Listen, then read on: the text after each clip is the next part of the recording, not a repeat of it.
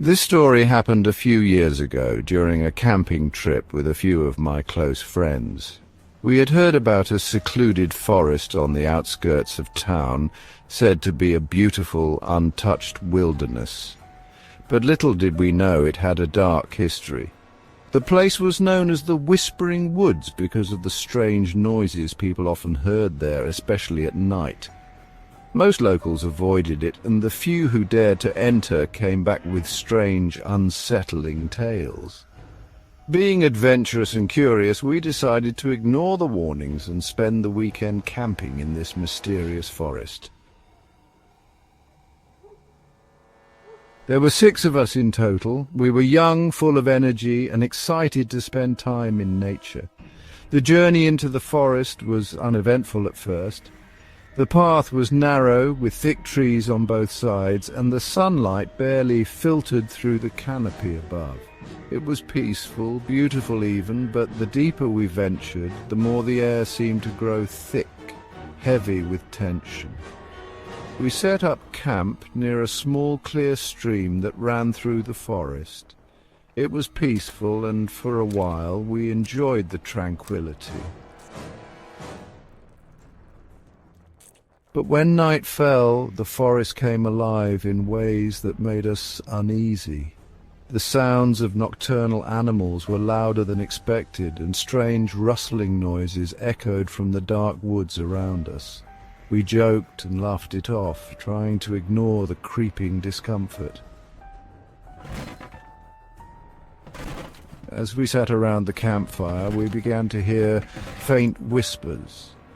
At first we thought it was the wind, but then the whispers seemed to grow clearer. It was like someone was speaking, but the words were indecipherable.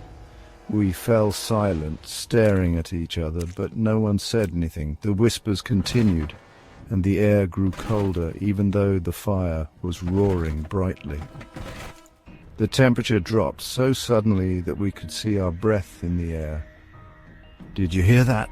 one of my friends asked, his voice trembling. We all nodded. We heard it, clear as day now. The whispers weren't just from the wind. They were voices, distant but somehow close, speaking in a language we didn't understand. The forest seemed to come alive with them, as if the trees themselves were whispering secrets.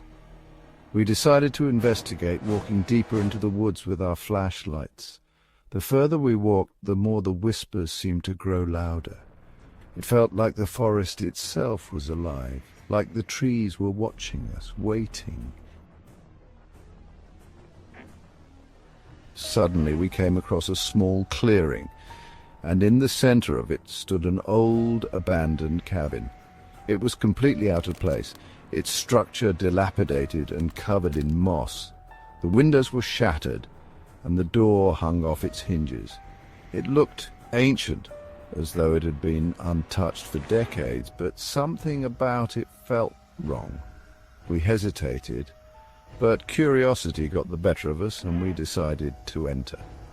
As soon as we stepped inside, the temperature plummeted. It was freezing. The air felt heavy, thick with a sense of dread. The interior was covered in dust, and cobwebs hung from the rafters. There were old pieces of furniture scattered around, their surfaces covered in layers of dirt. But the most unsettling thing we found was an old, weathered photograph on the wall. It was a family portrait, but the faces had been scratched out, and the photo itself had a dark, almost sinister energy about it. We couldn't shake the feeling that we were being watched. The whispers grew louder inside the cabin, and at that moment one of my friends screamed. We turned to see her pointing at something behind us. We all turned, and in the dark corner of the room we saw a figure, a shadowy, indistinct shape standing motionless in the darkness. It was tall with long, ragged clothes, and its face was hidden in shadow. The figure didn't move, but we could all feel its presence. It was as if the very air had become thick and suffocating. We could barely breathe. We backed out of the cabin slowly, and as soon as we stepped outside, the figure disappeared. Terrified, we ran back to the campsite, hearts pounding in our chests. The whispering voices followed us, becoming louder and more insistent. The wind howled, and the trees seemed to sway ominously, though there was no breeze. We packed up our things in a rush, but just as we were about to leave, we heard something that made our blood run cold. Footsteps. They were coming from the woods behind us, slow, deliberate, as though someone or something was walking toward us. We turned around, but there was no one there. The footsteps continued, getting closer, and we could feel the presence drawing near. Panic set in, and we all ran, not caring about the equipment we left behind. We reached the car, and as soon as we piled inside, the footsteps stopped. The whispers ceased. The forest went silent. We didn't speak a word as we drove away, and none of us ever looked back. That night, none of us slept. We couldn't shake the feeling that something had followed us from the woods, something we couldn't see, but we could feel. The whispers, the figure in the cabin, and the footsteps haunted our minds. To this day, none of us have returned to that forest. The whispering woods are best left undisturbed, and the memory of that night will never leave us. Every time I pass near those woods, I can still hear the faintest whispers in the wind. And I wonder if the forest is still waiting for